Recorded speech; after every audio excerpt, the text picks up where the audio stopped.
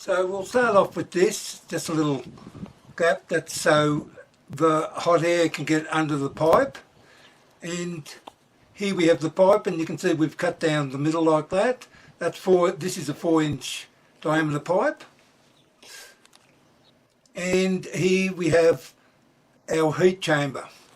And as you can see, all of this is the old beetroot can I got, and put a few holes in that. The big hole there is for the purpose of putting the heat gun in.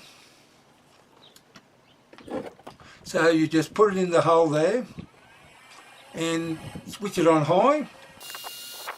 So you just leave it here, and I'm speeding it up a little bit, but it should take around 2 minutes to heat up to the temperature you need. I've been checking it now and then just to see how it's going.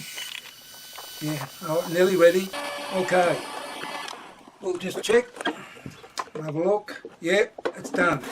I'll just lay it down, put an old board I got, that's all I got. It doesn't look real good, but anyway, I'll just pack up the stuff away while the board is on there.